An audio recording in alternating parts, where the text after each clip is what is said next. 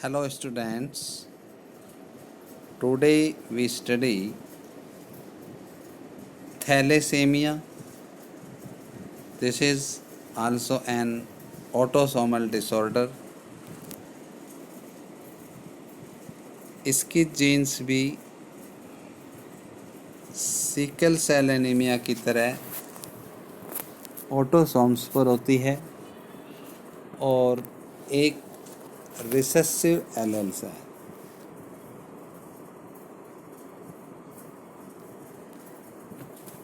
Transmitted from parents to the offspring when both partners are unaffected, carrier of the gene और heterozygous। और ये disease भी ऐसे partner से अब उनके ऑफस्प्रिंग में ट्रांसमिट होती है जो खुद तो अनअफेक्टेड हैं लेकिन इस जीन के कैरियर हैं, हेट्रोजाइगस है। द डिफेक्ट कुड बी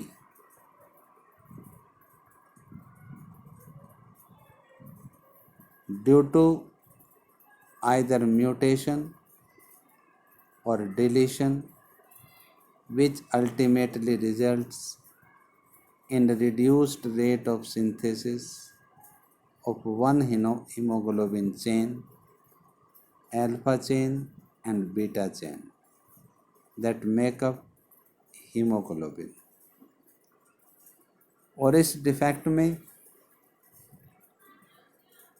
या तो म्यूटेशन होती है या फिर डिलीशन हो जाती है उस जीन की जो alpha chain and beta chain के लिए कोड करती है। तो इस तरह से जो अल्फा चेन और बीटा चेन ये हीमोग्लोबिन की स्ट्रक्चर में इन्वॉल्व होती है। तो इस तरह से जब ये चेन नहीं बनेंगी तो हीमोग्लोबिन जो कि एक कॉम्प्लेक्स प्रोटीन है वो नहीं बन पाएगी। This causes formation of abnormal hemoglobin resulting into the anemia which is characterized by the disease। और इस तरह से इस डिसऑर्डर में एक एबनॉर्मल हीमोग्लोबिन बनता है जिसकी वजह से उसमें एनीमिया हो जाता है। Thalassaemia can be classified according to which chain of hemoglobin molecule is affected। Thalassaemia को दो ग्रुप में डिवाइड किया जा सकता है और ये इस बात पर निर्भर करता है कि हीमोग्लोबिन मॉलिक्यूल की कौन सी चेन अफेक्टेड हुई है। In alpha thalassemia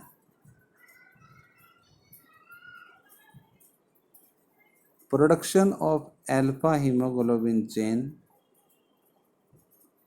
is affected। Alpha thalassemia में हीमोग्लोबिन की अल्फा चेन अफेक्टेड होती है, वो नहीं बनती। While in beta thalassemia production of beta globin chain is affected. जबकि बीटा थैलेसीमिया में जो बीटा ग्लोबिन चेन है हीमोग्लोबिन की वो अफेक्टेड होती है। Alpha thalassemia is controlled by two closely linked genes,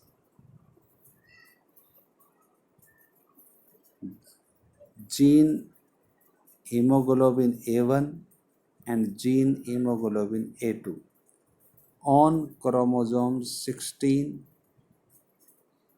of each parent and is observed due to mutation or deletion of one or more of the 4 genes।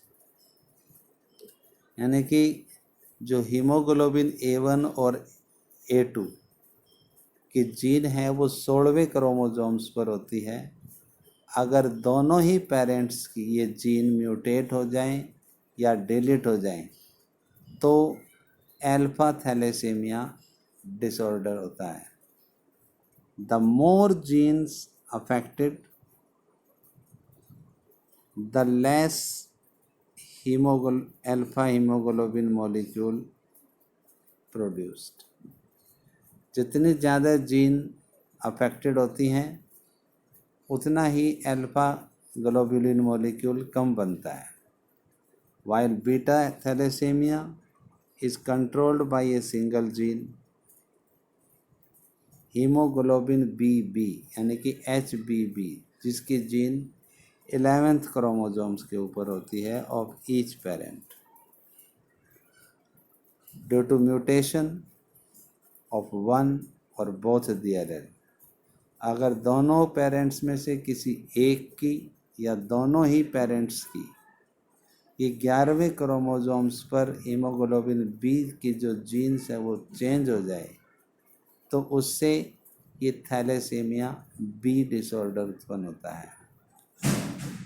Thalassaemia differs from sickle cell anaemia because in that the former is quantitatively problem of the synthesising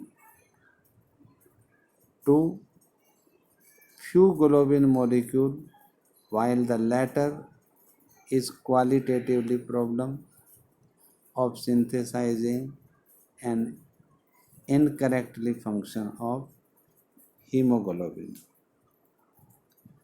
जो thalassaemia है वो एक तरह से quantitatively problem है protein globin molecule synthesising की, जबकि जो सिकल सेल एनीमिया है वो एक क्वालिटेटिव प्रॉब्लम है जिसमें incorrectly function of globin synthesis होती है।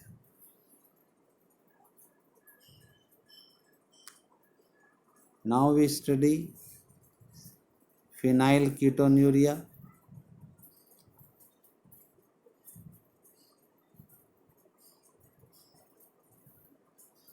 This inborn error of metabolism is also inherited as autosomal recessive trait।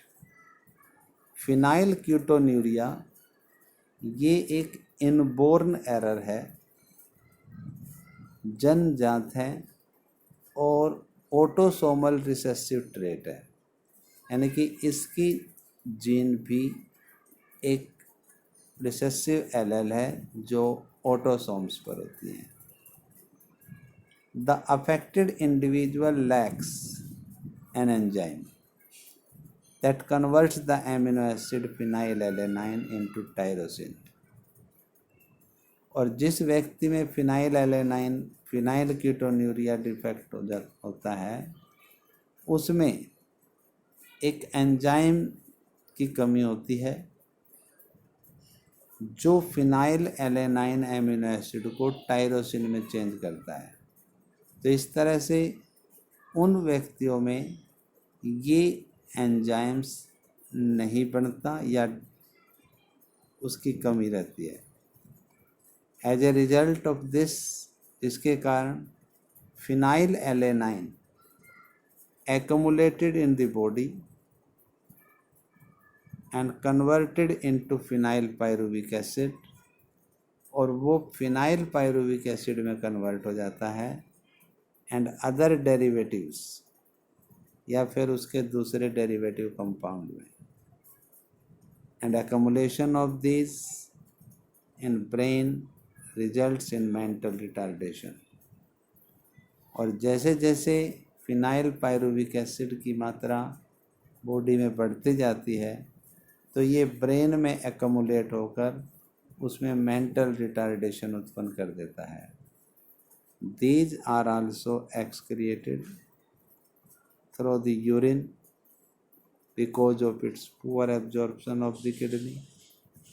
और क्योंकि इसका किडनी बहुत कम एब्जॉर्प्शन कर पाती है इसलिए ये यूरिन के थ्रू बॉडी से बाहर निकलता है, इसलिए इसका नाम फिनाइल कीटोन्यूरिया रखते हैं।